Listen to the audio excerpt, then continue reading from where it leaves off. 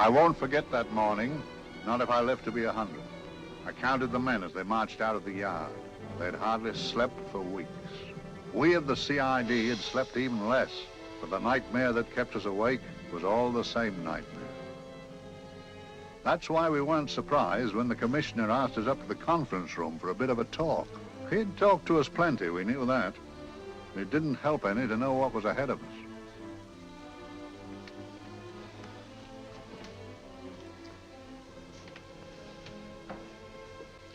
Must we have that window open, Gregson? Oh, shut it if you want to.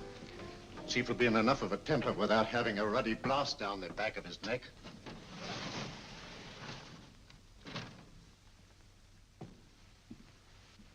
Gentlemen, the commissioner. Stuffy in here.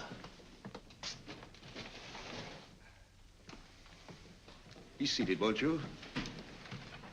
Gentlemen, if you wish to know what able men you are, read any of the works of popular fiction that glamorize your achievements, but don't, I beg of you, read the daily papers. They might give you an inferiority complex. I hate to mention it, but we're confronted with a series of the most atrocious murders since Jack the Ripper. And in the meantime, the CID might as well be playing at shove-hate-me for all the good we've accomplished. Now look. Here, here, and here. Each of these red flags scattered through the city stands for a woman brutally murdered, a woman's terror, a woman's death agony. These are no ordinary crimes. These are the works of a fiend who kills first and mutilates afterwards. A ghoul who hacks off a part of his victim's body and carries it away with him, a loathsome souvenir of his butchery.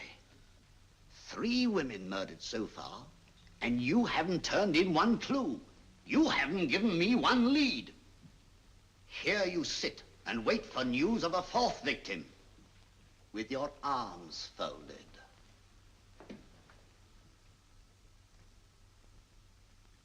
Well, we hadn't long to wait. It was down Lambeth Way where a young woman was hurrying home late last night. She saw something and stopped. It was a constable. He spoke to her and he walked along with her, just in case. He saw her go down the stairway to the basement lodging where she lived. We can only surmise what happened after that.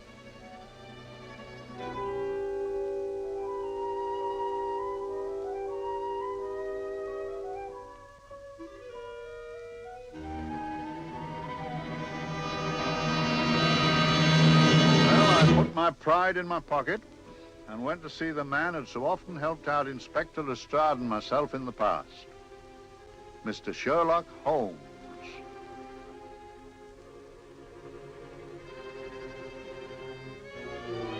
If ever a man needed help, I did.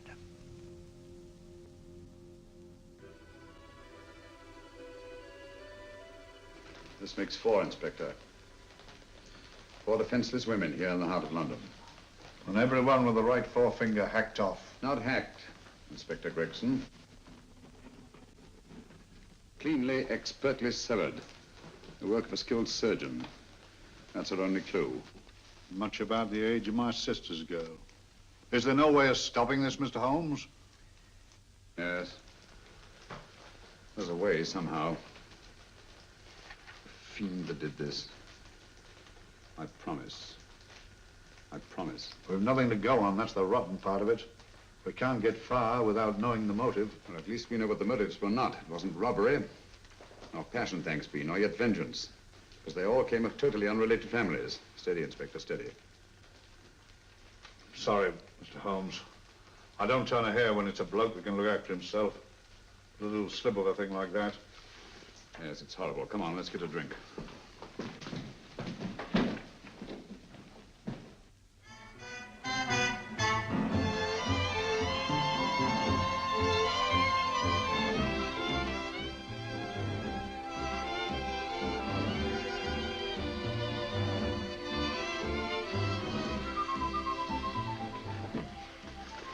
Good evening, Mr. Holmes. Good evening, Vincent. Whiskey and soda, please, and a double for my friend here, Inspector Gregson. Very good, sir. Make mine Irish. Decent of you to give me a hand with this thing, Mr. Holmes. Always a pleasure to be of help to Scotland Yard, Inspector. Little out of my line, looking for a maniac who murders just for the fun of it. Or perhaps just to get a human finger. In all 4 cases, the murderer risked capture by stopping to secure a finger. Wonder what for? Who knows? He's just a madman. Perhaps there's method in his madness. If we could just trace those missing fingers. If we could just drain the English Channel, we might find a penny. Huh? Oh, thank you. You may keep those, Mr. Holmes. Thank you.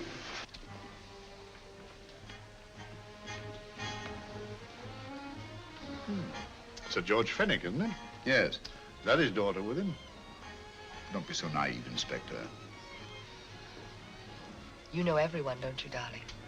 Well, hardly. A week ago, I didn't know you. A week. How fast it's gone.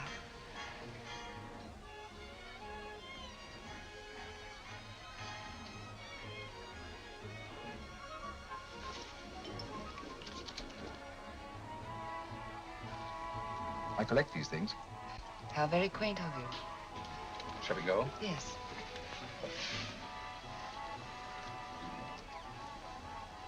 What are you looking at, Mr. Holmes? Again, a very handsome woman. Not drawn to the purple, but giving an excellent imitation. Would you like to come to my flat for a nightcap? Lovely idea. Yes, isn't it?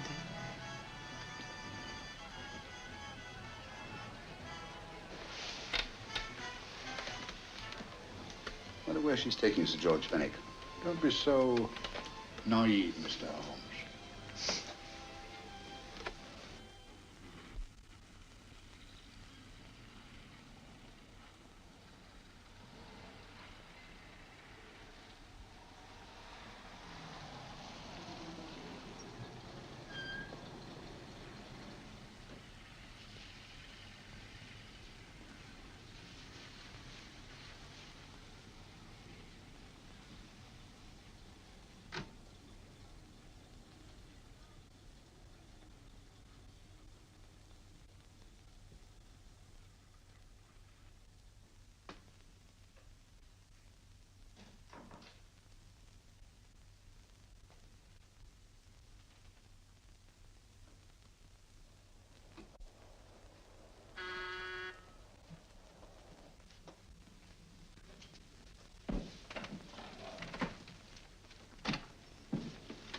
Good evening, Mum. Hello, Grandon. Any messages? No, Mum.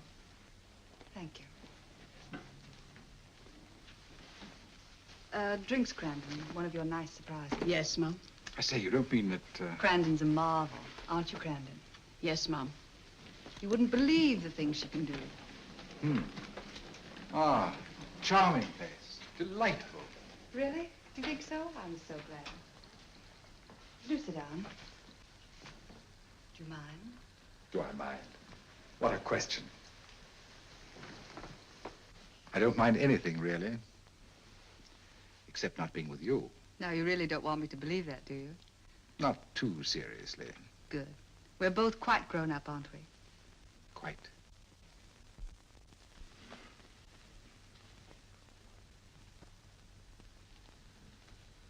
You're a treasure, Grandon.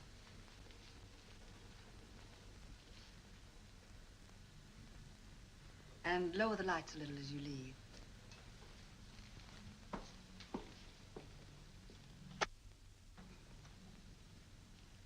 I prefer a more flattering light. In any light, you'd be... Would I? And don't you know it? Perhaps I do.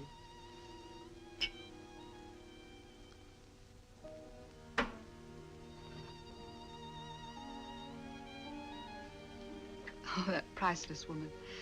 You wouldn't believe it, but she's absurdly romantic. She loves dreamy music, and she thinks that we... But we do, don't we? Do we? Well, it's rather soothing, restful. Yes. And we all need rest at times, like tired children who played too long. You've played with wooden soldiers, I suppose. Funny. Hadn't thought of that for years. Toy boats were my special joy. Anything I could set afloat anywhere. Like this. And this. Toy boats sailing into the Never Never Land. The land of beautiful dreams. Look. Look, odd, isn't it, how the light is reflected? Little specks of light that move and move. Like stars on a slowly moving stream. You know, Holmes, I'm very sensitive to atmosphere. No? Yes, I can tell by the feel of this room there's been a murder committed here. It may interest you to know, my dear fellow, it was the other side of that door at the foot of the stairs that the poor girl was murdered. If only I could find it. Find what? The one thing these unfortunate victims had in common that might give us a motive for these murders. There must be something. Another Jack the Ripper, if you ask me, a homicidal maniac. No, Watson. In the case of Jack the Ripper, there was one thing in common. His victims were all from one walk of life, living in the same section of the city. In this case, the murderer chooses his victims from all walks of life and from different sections of the city. No, my dear fellow, this is not the work of a homicidal maniac. It's something infinitely more sinister. You give me the creeps. What on earth are you talking about? Watson, I'm convinced that these murders are only incidental to some larger and more diabolical scheme. That may be, but why the severed fingers? The answer to that question, my dear fellow, is our only hope of solving these mysteries. Dear sister, I am so happy. I had such a lovely holiday at Brighton with you and Alf. And I'm looking forward to being with you again. Poor little thing. Sort of raises a lump in your throat. I can picture her sitting here happily writing this letter. And I'm not bit realizing that she's shortly going to her death. Hello? Gregson. Oh, there you are, Mr. Holmes. I've been looking for you everywhere. What's happened? Murder in Edgware Road, not half an hour ago. Woman? Yes. And the right forefinger cut off clean.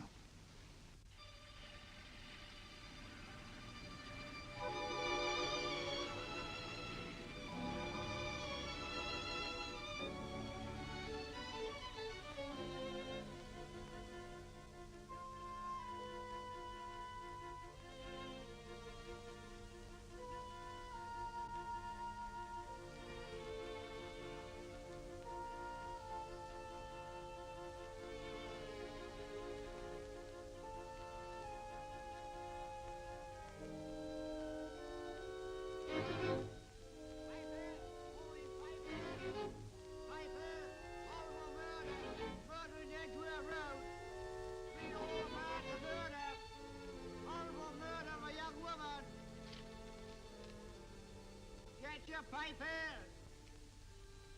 Horrible murder, papers, all about the murder. Morning papers, all about the murder. Paper, horrible murder. Another young woman found murdered, papers here. Horrible murder, paper, paper, read all about it. Get your paper, murder in Edgware Road. Horrible finger murder. Shocking murder, murder in Edgware Road. Horrible murder of a young woman. Read all about the murder.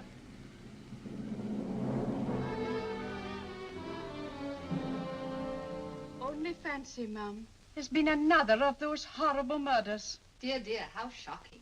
Yes, Mum. I really don't feel quite safe here myself. Oh, dear.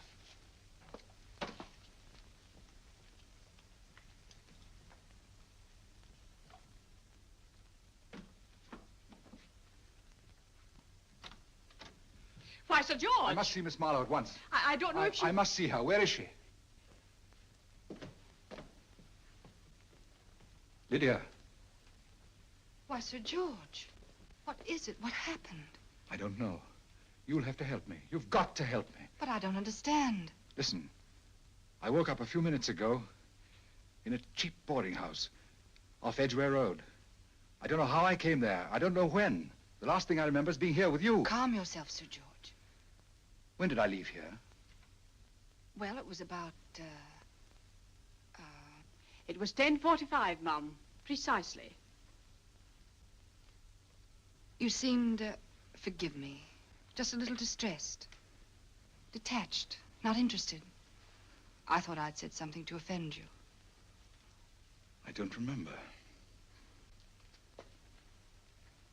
I can't remember. Tell me, has this happened to you before? Before? Well, there is such a thing as amnesia, you know. If it was 10:45 when I left you, it was 9 this morning when I woke. Over 10 hours lost. 10 hours that I can't account for. And in my pocket when I woke, I found... Here, in my pocket. That isn't... Oh, it's not for you, of course. It can't be. Excuse me, Mum, but there's a man asking to see the gentleman. Send him away. Yes, Mum. No, please. I'll see him.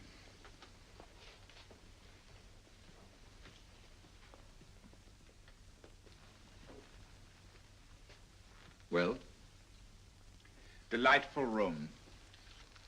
Not much like the place you woke up in this morning. You followed me here? Yes. Are you a detective? Oh, no. Quite the contrary. Don't be afraid, Sir George. You know my name? Oh, yes. A very old and highly honored name. And being the bearer of such a name, and also a very wealthy man, I thought you might care to possess yourself of this trifle. Rather than let it fall into the hands of the police. It is yours, if I'm not mistaken. The initials, GF. Where did you get this?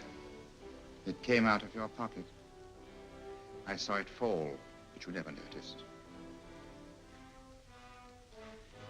You were very busy, bending over something with a knife.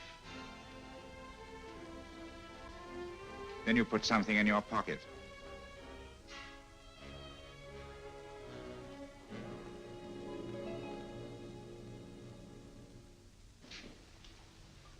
Come along, Holmes, come along, come along. How many more times must I tell you? You're missing a treat. This is delicious. Little jam tarts to follow. Aren't you tempted? You and your flesh pots. They tell me that fish is good for the brains. Brains haven't any. You realize that a whole day and a night have gone by since that bestial affair in Edgware Road? I'm as much in the dark as ever.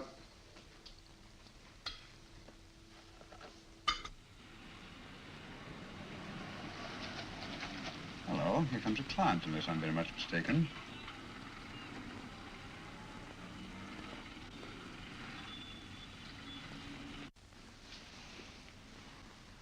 Well, attractive. Very attractive.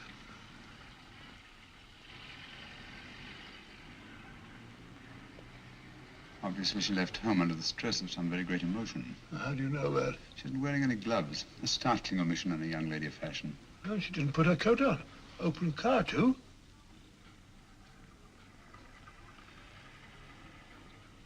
Furthermore, there's something in that bag she wants to show me. What makes you say that? The bag doesn't match her dress, indicating it was picked for size rather than style, to accommodate some bulky object. You amaze me, Holmes. What do you mention, my dear fellow?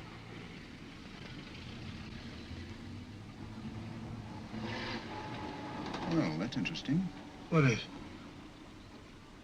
That cab, turning at the empty house. I wonder why he followed her here. Oh, wouldn't you? Quite possibly, with the glasses.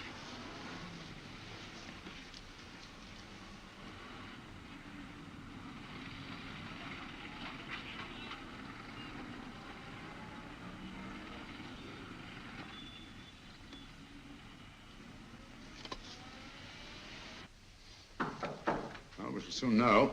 Yes, Mrs. Hudson? It's a young lady, sir. Most urgent. Ask her to come in. Go right in, miss.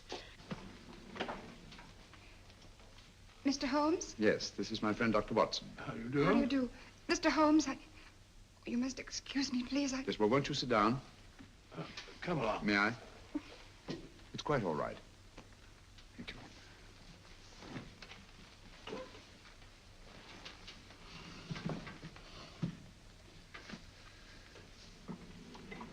Now try to control yourself, Miss Fenwick. You're with friends.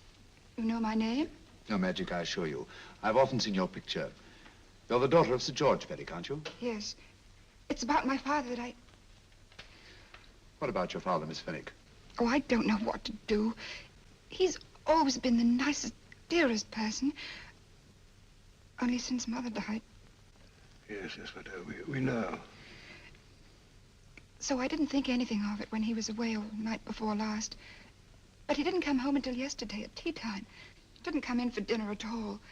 Just paced up and down in the library hour after hour. I begged him to let me in, but he wouldn't. Steady, steady. Now take your time. I couldn't sleep a wink last night. Then I started hearing things. Hearing things? What sort of things? I heard someone in the garden underneath my window. Then I saw a figure moving down the garden path. And I recognized my father. Stealing through his own garden like a thief.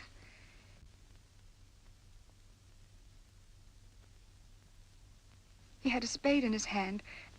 And he stopped by the greenhouse where he started to dig. This morning, at daybreak, I stole out into the garden and I found this.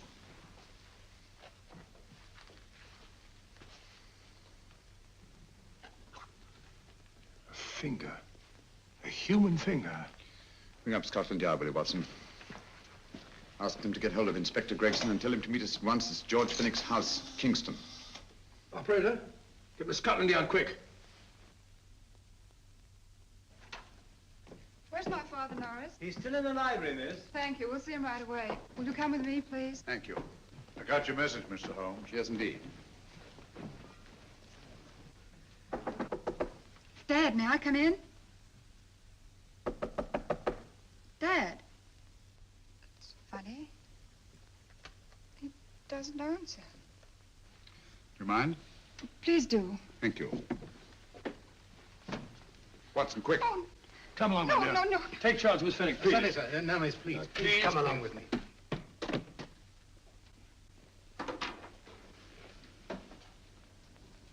Dead? Yes. What do you make of it, Doctor? Shot in the back, between the second and third ribs. The bullet undoubtedly had penetrated the heart. Look at the powder marks on his coat. I was afraid of this. What do you mean?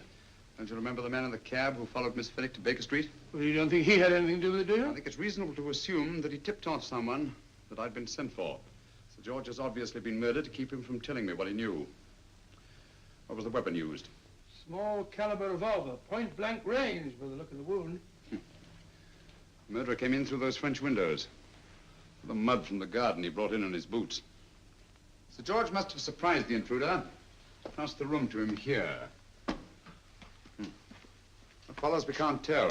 But from the location of the wound, I'd say that he turned his back for a moment, and as he turned, the muzzle of the revolver was placed between his ribs and one muffled shot fired. And you mean to say he kept on going, even after he was shot? There's no doubt about it. Look there. The trail of blood leads us back to the desk. There's something Sir George was after. Something. I know. He was trying to summon help, poor chap. I don't think so, Watson. There's the bell pull by the fireplace. No, you'll notice from the trail of blood that Sir George made straight for this desk here. I wonder, there was something he was desperately anxious to get. Hello. His right hand's clenched.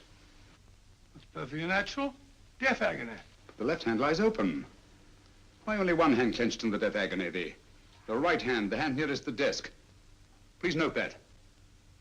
If Sir George took something off this desk, something so important that he spilled his last drop of blood to get it, I want to know what it is.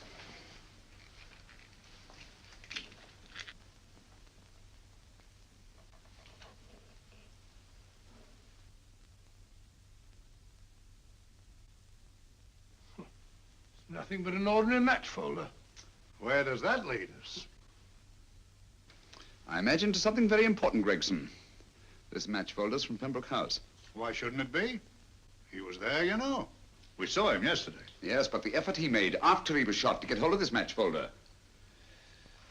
It's just possible he wanted someone to remember Pembroke House. He may have wished to recall it to someone who saw him there. Someone who, like ourselves, saw him with a woman.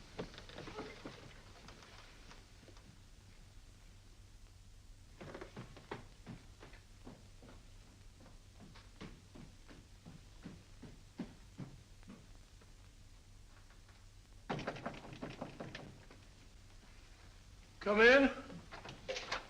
Oh, Dr. Watson, this came by hand for Mr. Holmes not 10 minutes ago. Thank you, Mrs. Hudson. That would be the report from Sir George's bank. Report from Sir George. Oh, really? Don't you remember his daughter told us that he'd just closed his account?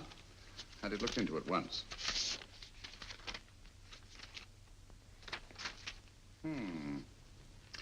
He drew out his entire balance in cash, nearly £10,000, yesterday, just after that young woman was murdered.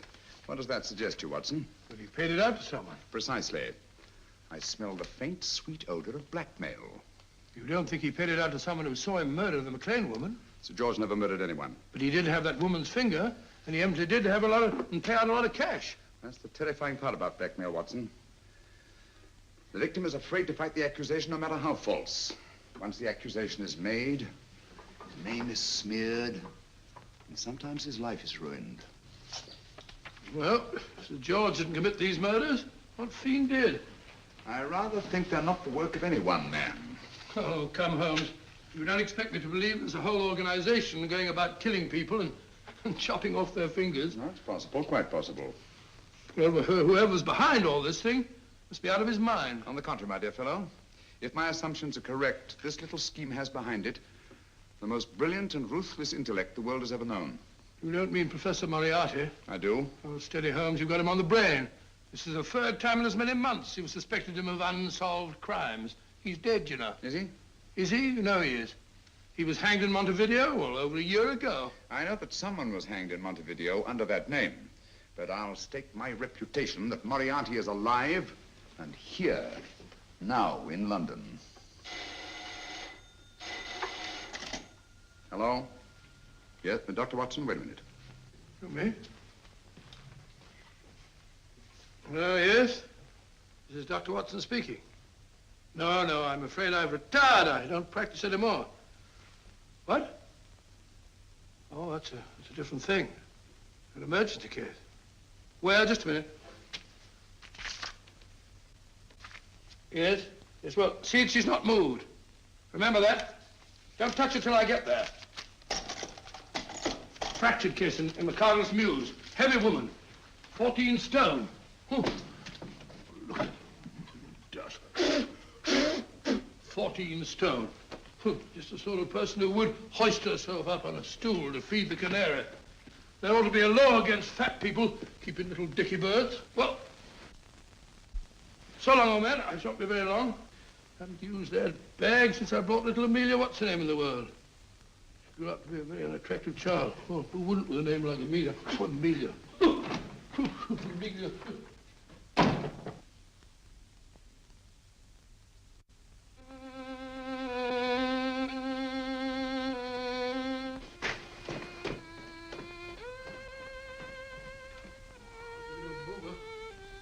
People so stupid about accidents.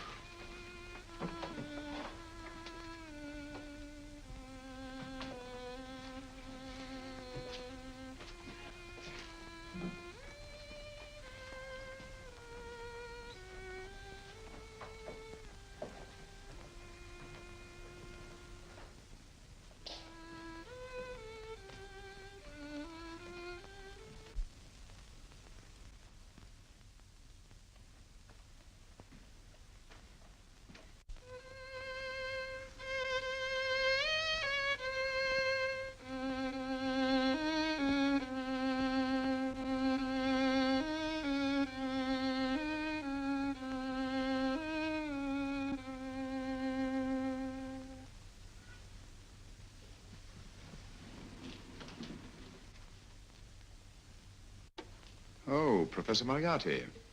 Not that I wish to appear inquisitive, but to what am I indebted for the pleasure of this visit? Scotland Yard will be interested. It's very convenient for me to have Scotland Yard think that I'm still dead in Montevideo. I never dreamed of fooling you. Thank you. The thought occurs to me, Mr. Holmes, that there are some advantages in living within the law. You are very comfortably fixed here, aren't you? As I get on in life, the little comforts appeal to me more and more. Oh, I beg your pardon. Won't you sit down? Thank you.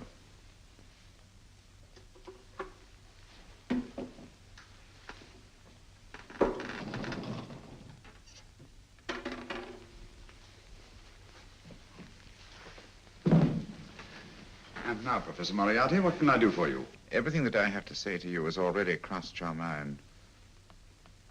And my answer has no doubt crossed yours. That's final? What do you think? I shall not rest until you are hanged for the finger murders. You've no proof, you know. No, not a shred. But I have you. I could turn you over to the police here and now. You could. But if you did, you'd never see Dr. Watson again. Oh, the telephone call. Quite. I rather assumed you had taken some such precaution. Or I should have snatched up a revolver and indulged in a fit of heroics when you came in. Very smart, aren't you? Not smart enough. Or I should have anticipated you. But if any harm comes to Dr. Watson, I shall seek you out. I shall not rest until I find you, and when I do... No harm will come to Dr. Watson this time. But I can't answer for the future. Mr. Holmes, I should strongly advise you to drop this case. Don't be silly. Think it over. We've had many encounters in the past. You hope to place me on the gallows. I tell you, I shall never stand up on the gallows. But if you are instrumental in any way in bringing about my destruction, you will not be alive to enjoy your satisfaction. And we shall walk together through the gates of eternity, hand in hand. What a charming picture that would make. Yes, wouldn't it? You know, I really think it might be worth it.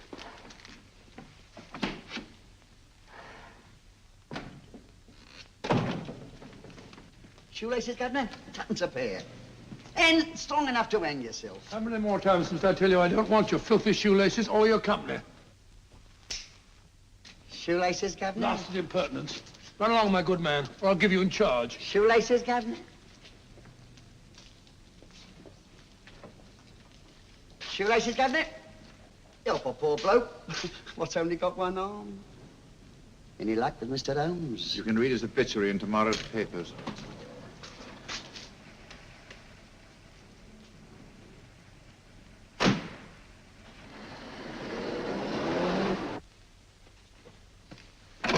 Oh, there you are, Watson. Come in. I was just going out to look for you. Look for me what for? Suppose you don't think I know my way about. Well, you're right, I don't. Blast all practical jokers anyhow. Know where I've been? On a wild goose chase. Exactly. There's no such number in McCardle's Muse. Some fool's idea of a joke. Did you see anyone? No, nobody especially. Only a whining old idiot selling bootlaces. Persistent beggar, wasn't he? Stuck to you like grim death. Huh? How do you know? And finally left you for someone who looked like better pickings. Someone, my dear Watson, was Professor Moriarty himself. What? He's just called on me. Moriarty here and you let him go? But you must be out of your mind. Why?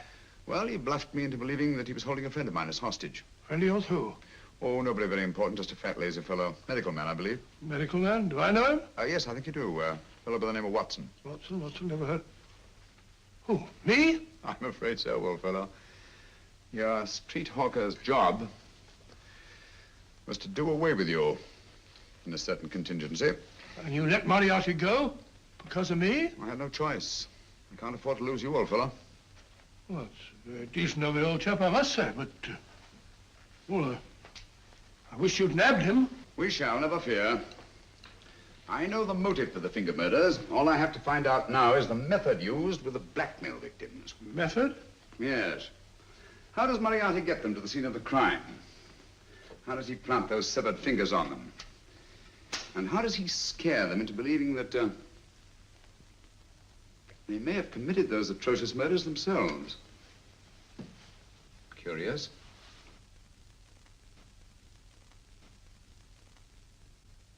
Very curious. Huh? Curious? What's curious? That window in the empty house across the street. First floor front. Huh? What's wrong with it? It's open. Why shouldn't it be open? Well, it wasn't open half an hour ago. I'll stake my life on that. Well, it's not our business. Let it stay open. I wondered if you'd go over, old fellow, and see what's the matter. Oh, trespassing. It's against the law. Very well, I'll go myself. Oh, well, if you're going to put it like that, ridiculous waste of time. Going about shutting windows at this hour of the night. Yeah, you'd better take this torch. Well, take what? Dignified job for a doctor. Dr. Watson, the torchbearer. And what do you propose to do? Sit in a comfortable chair, I suppose, and read a good book? That's a very good idea. Yes, very good idea. While I play night watchman, you have a nice read. Mm-hmm. Good night. Have a good time. Have a good time? What do you mean, have a good...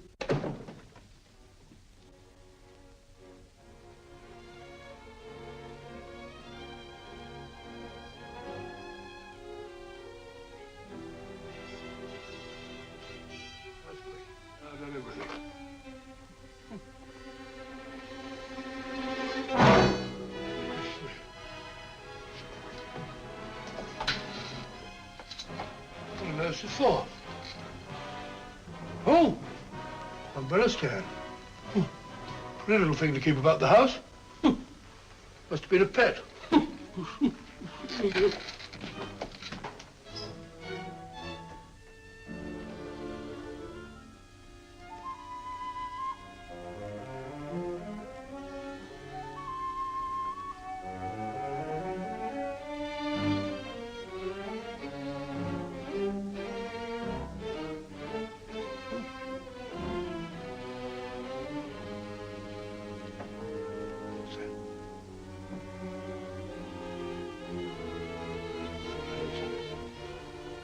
Rat rubber.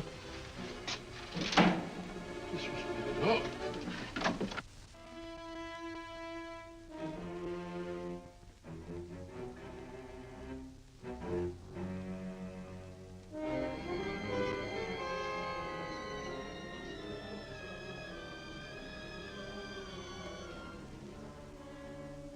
Well, he sits comfortably reading a book.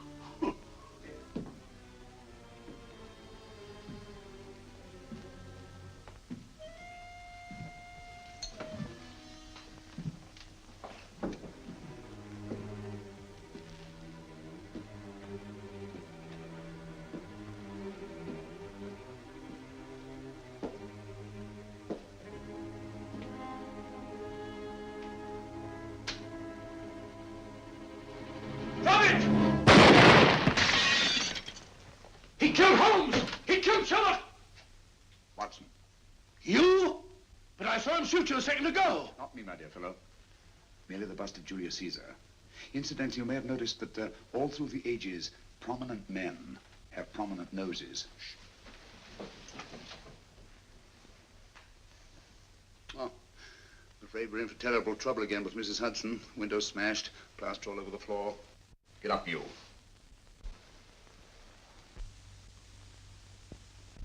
Corporal Williams, Middlesex Regiment. Discharged from the army as physically unfit. Papers seem in order.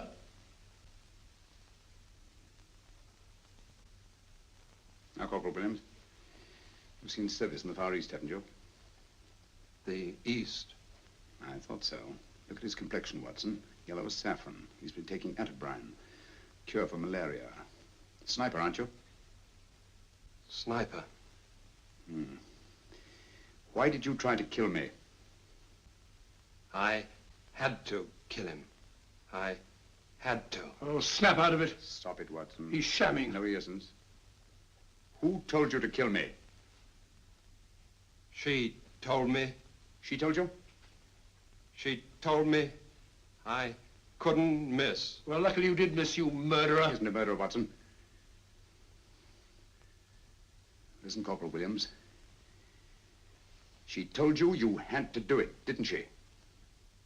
I had to do it. I've got it, Watson, I've got it. Got what? The method used in the finger murders. Well, what is it? Hypnotism, my dear fellow, hypnotism. And it wasn't against his nature, that's the devilish part of it. They picked a man for their purpose whose job was sniping. Who are they? Professor Moriarty and his finger murderers. Williams spoke of a woman. I think you'll find that she asked him home tonight for a drink. Nice quiet rooms, soft lights, music. You've got it all pat, Mr. Holmes. What's the lady look like? Up 30, nice figure, blonde, lustrous eyes. Oh, really? Got a phone number? Oh, so? Williams will give us her address. Look after him, Gregson. Don't let anyone come near him. He's our key witness in the finger murders. Well, I hope you're guessing right, Mr. Holmes. Get up, Williams. Now, go with Inspector Gregson anywhere he tells you. Come on. Yeah. Ring me as soon as he comes to himself, will you? I will. Good night, gentlemen. Good night.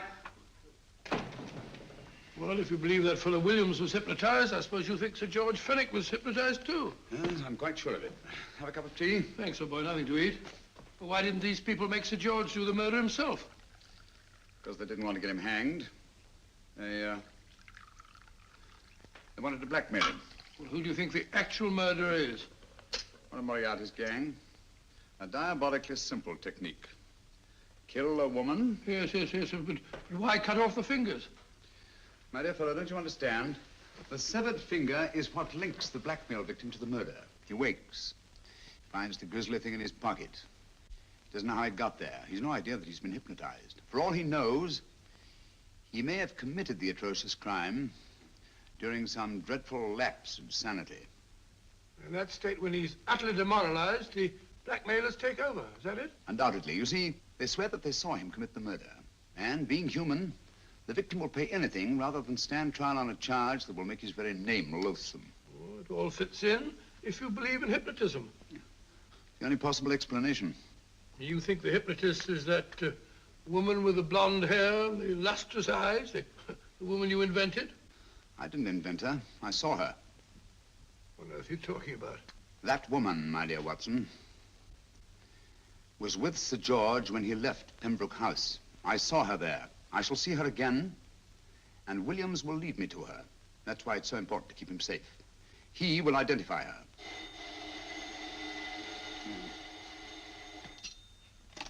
Hello? Yes? Inspector Gregson? What? I'll get every constable in the district. Yes, I'll be over at once. What's happened, Holmes? Williams is missing. Great Scott! Come on.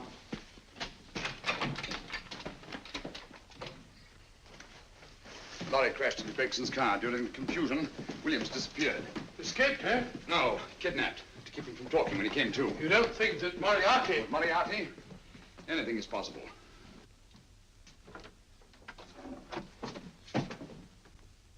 Williams! Dead. You see, anything is possible.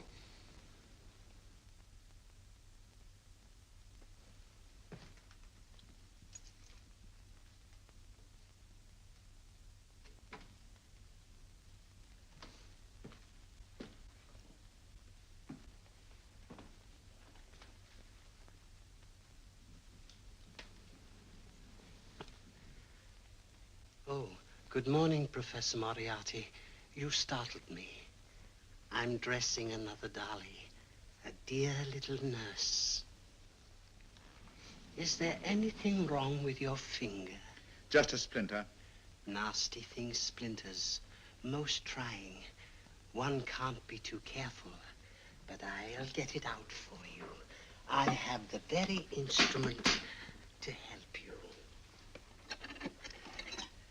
Sharp enough to split a hair. Put those tools away until they're needed. But they're not tools, sir. They're instruments. Put them away. Is Lydia in? Yes. But really, you should let me. Get dressed. Holmes and Watson just left Baker Street for the Mesmer Club. Mesmer Club? The meeting place of all the top hypnotists in London. Do you suppose that Mr. Holmes is onto our method? If he suspects, it's merely a suspicion. It's our business to see that it ends there. I hope you're right. Williams passed away before he could talk, remember? What do you want me to do? Go to the Mesmer Club, meet Holmes, and induce him to come back here. Isn't that a bit dangerous? Every meeting with Sherlock Holmes is potentially dangerous. However, you say he didn't see your face at Pembroke House. And how would you suggest I get Mr. Holmes to accompany me here? Kidnap him? Oh, no. Holmes has one weakness, his insatiable curiosity. If you can arouse that, you can lead him anywhere. It's up to you to take advantage of any opportunity that may arise. This way, please, gentlemen. I'll tell Dr. Onslow that you're here. Thank you. This is the Mesmer Club. If you ask me, hypnotism is a lot of mumbo-jumbo. Oh, come now, Watson. As a medical man, you must admit that hypnotism has its place in modern science. That may be, but 90% of hypnotists are crooks of the worst kind. Nothing more than a lot of charlatans exploiting weak-willed morons. Ah, Dr. Onslow, I believe. Happy to meet you, Mr. Holmes. Your brother Mycroft suggested I might be of help to you. He's a valued member of our little group of charlatans and crooks. Oh, beg your pardon, sir. I didn't know you were listening. Behind the curtain. My friend, Dr. Watson. Oh, delighted. How do you do? I wonder now. You see, we're in the midst of a little experimental session at this very moment. If you'd care to join us. Oh, certainly, certainly. That'd be very instructive. Oh, well, will you follow me? Thank you. Why should I know somewhere behind the blasted clinical? In treating his patients. But today, the therapeutic value of hypnotism, as we now call it, is conceded by innumerable physicians. Especially is it of value in surgical cases where the administration of local or of general anesthetic is inadvisable. Inadvisable poppycock. Oh, sorry. For the sake of latecomers, I may say that I have placed this subject under profound hypnosis. In this condition, he can feel no pain, even under applications which normally would be excruciating. Excruciating? You excuse me, please. Carter, you are having a peaceful sleep. You feel nothing. Your arms and your hands are without sensation. Mowbray, the long needle.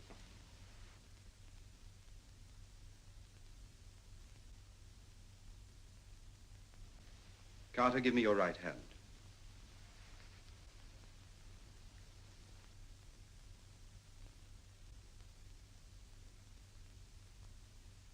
As you observe, the needle has been thrust completely through the subject's hand. No feeling, no pain. This lack of feeling is the one infallible test of profound hypnosis. Nonsense. Fellow's full of drugs. Oh, isn't he? Definitely not, Doctor. Wake up, Carter, wake up. You feel well and rested, remember. No pain anywhere. Wake up, wake up. I say, when are you going to begin? All through, Carter. Stand up. This way, sir. And, are these all the people that come here? Oh, no. Others keep dropping in all the time. I suppose it's all right for those who believe in it, but of course, I'm a professional man myself. Then you don't believe in hypnotism, Dr. Watson? Oh, I don't deny that there are certain types of hysterical, feeble-minded people who go under if you point your finger at them. But anyone with an ounce of character... How right you are. You see right through our little artifices, don't you, Doctor? Right through, my dear sir. Right through. Right so. But with the feeble-minded, as you say... excuse us, Mr. Holmes. Certainly. Step over here, won't you? Certainly, sir. Anything to oblige. Let me show you how easily we charlatans take advantage of them.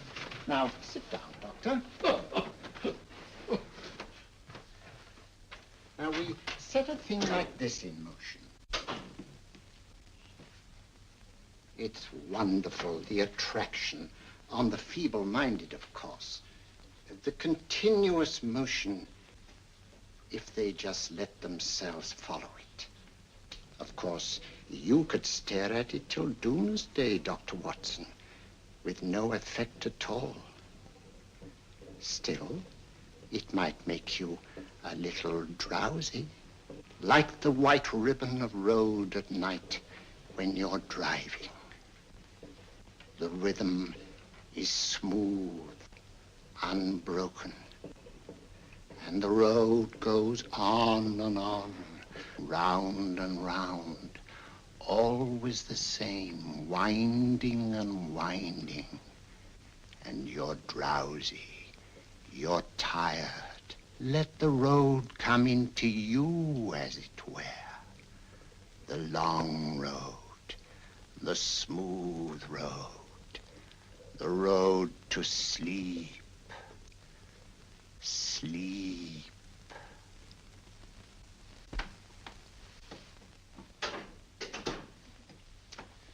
Open your eyes.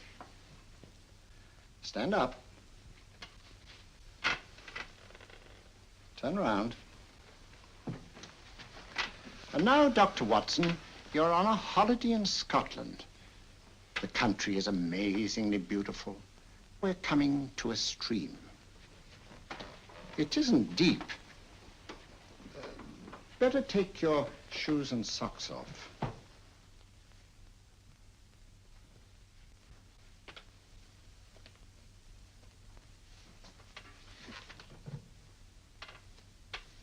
Roll up your trouser.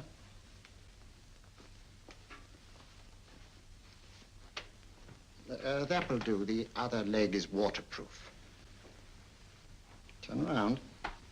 Mind the pedals.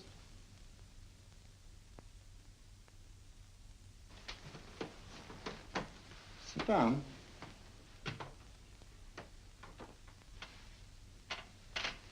Wake up now.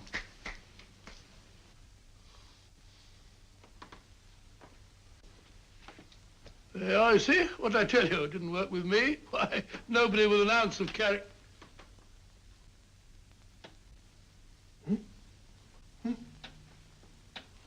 I think you'll need these.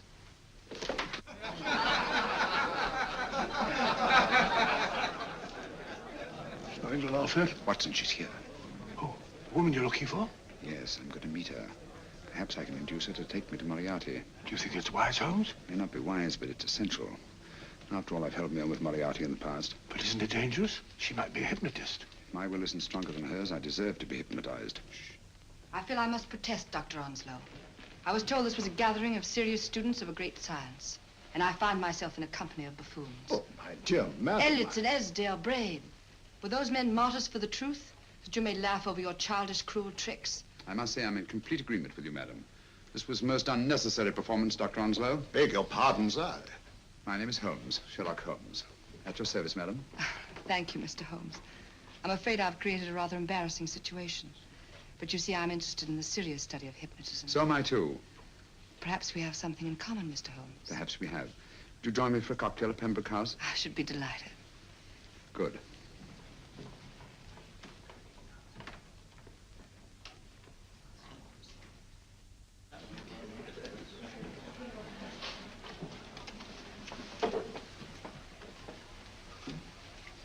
Thank you. I didn't know there was such a pleasant place in London. It was so nice of you to suggest our coming here. I thought a little pick-me-up would do us good. You mean you thought I looked... I like the way you look. Thank you. I suppose I did lose my head a little at the Mesmer Club. But you see, hypnotism is almost a religion with me. I know so well what it can do to help, heal. And I can't bear to see it used for trivial purposes. I know very little about it. That's why I went to the Mesmer Club. You see, I'm rather puzzled just now with the case that I'm working on. How fascinating. Tell me about it. It's the murder of Sir George Fenwick. Fenwick? Who's he? Quite a well-known figure. Odd now I come to think of it. Last time I saw Sir George was here at Pembroke House. Strange. Yes, isn't it? He was sitting, I believe he was sitting at this very table. Cigarette? Thanks. Do go on. There was a charming lady with him. He was lighting a cigarette.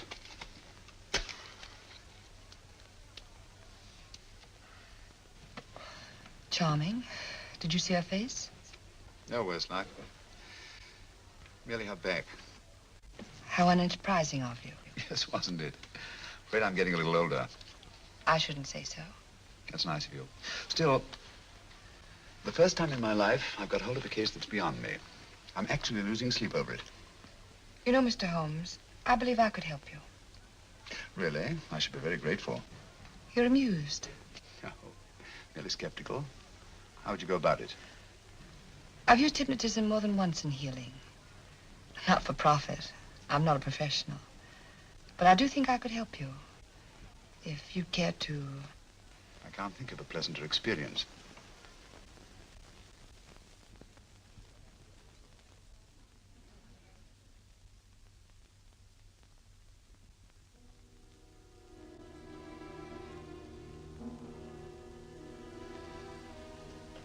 Low lights, music, is that all there is to it?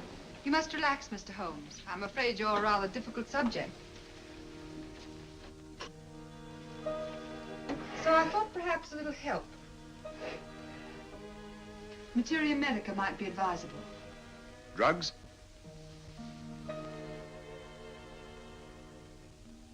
No, I'd rather not, if you don't mind. As a matter of fact, I'd rather not myself. But Schrenk-Notzing, he practiced in Munich, you know. Believed it the best means for difficult subjects. Do you mind? Well, as a matter of fact, I don't approve of sedatives. Just as you wish. We don't have to go on with this at all, you know. Wait a minute. Wait a minute. All right. I'll take a chance. It's really quite harmless. What is it? Cannabis japonica, an oriental soporific. You need water.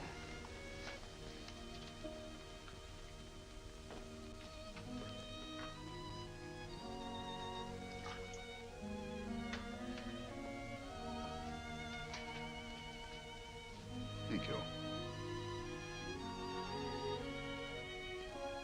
Now sit down, Mr.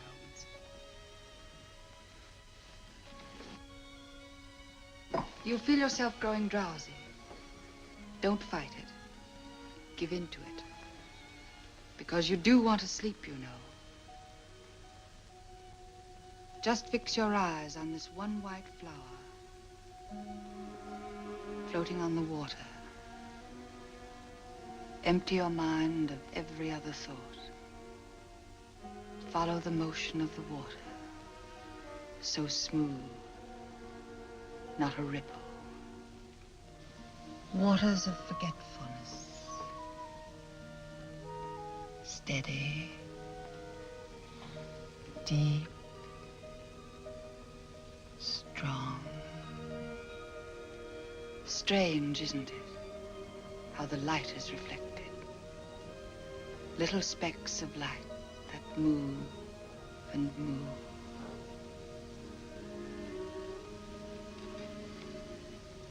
It's restful here. It's peaceful. It's friendly. And you're very close to finding what you're looking for. You'll find them soon now. The guilty ones. When you're rested, gentle waters closing over you. Steady, deep, strong. Drawing you down, down, down.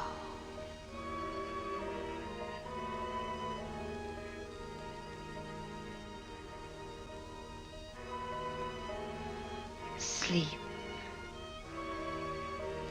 Sleep.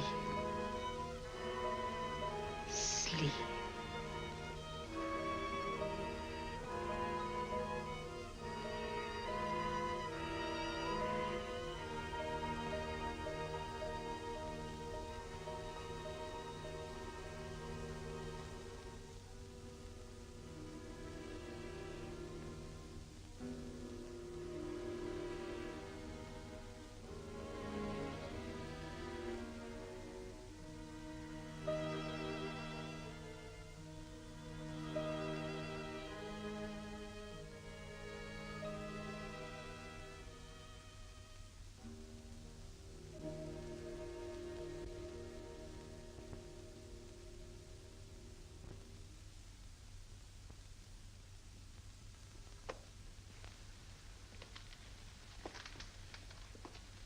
Here he is, Professor Moriarty.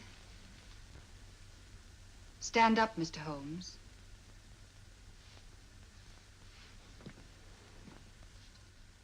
Open your eyes. Face this way. Are you satisfied? We are dealing with a clever man. He may be shamming.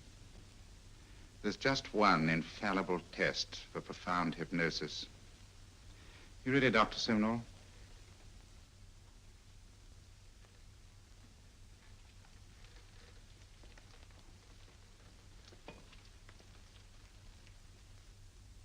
That will do, Doctor. He couldn't fake insensibility to the knife. I congratulate you, Lydia. Turn round, Mr. Holmes. Now walk to the desk.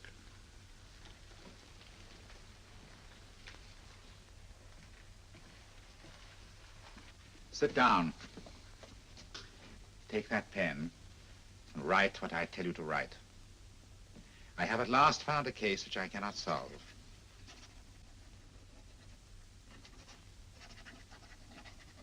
I have outlived my usefulness. Therefore, I have decided to end my life.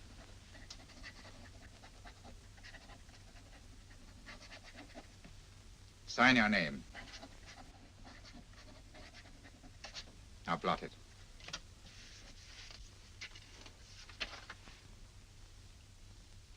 Fold it up and put it in your pocket. Come, Mr. Sherlock Holmes. Go out onto the terrace. But it won't look like suicide, sir. I'm sorry, but Mr. Holmes' injuries must all be self-inflicted. Let's walk a little, Mr. Holmes. It's so pleasant here in the garden. Just step up here onto the terrace. It's a nice, broad terrace. Now turn to the left and walk slowly to the end of the terrace.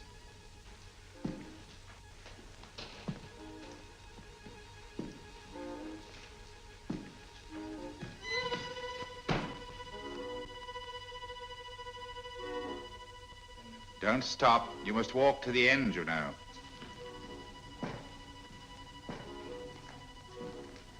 The end leads to an open doorway. You can pass through it in perfect safety.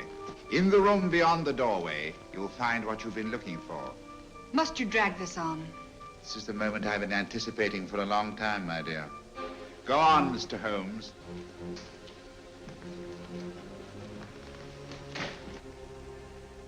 Through the open doorway, you will find the man responsible for the finger murders and the death of Sir George Fenning. Professor Moriarty. Holmes! Stand still. What a beautiful view, Watson. I'm quite enjoying it. No, you're not. You're hypnotized. You're under a spell. Stand still. Don't move. Steady, Holmes. Steady does it. Stand perfectly still where you are. Nonsense, Watson. You don't know what you're doing. Of course I know what I'm doing. You mean you're not hypnotized? Certainly not. Then get off the wall, you idiot. Oh, look out! Holmes! Oh, Dear fellow. What were you doing up there? Holding the fort until you arrived. What kept you? Well, I ran into a spot of trouble on my way to Scotland Yard. I was arrested for exceeding the speed limit. Your luck seems to hold, Mr. Holmes. I'd hardly call it luck, Professor. You see, I substituted a drug of my own for the one that this dear lady pressed on me. You are clever, aren't you? A drug that, although it leaves the subject conscious, renders him quite insensitive to pain. That accounted for my lack of reaction to Dr. Simnel's knife. Well, Gregson, quite an impressive haul. Even Inspector Lestrade himself couldn't have done any better. Thanks, Mr. Holmes. Take him away. All right, put her in the van. I was right, Mr. Holmes. You are a difficult subject. Thank you. And now, Professor, our score is settled. Au revoir until I see you on the gallows. The rope has not been made that'll go around my neck. Come on.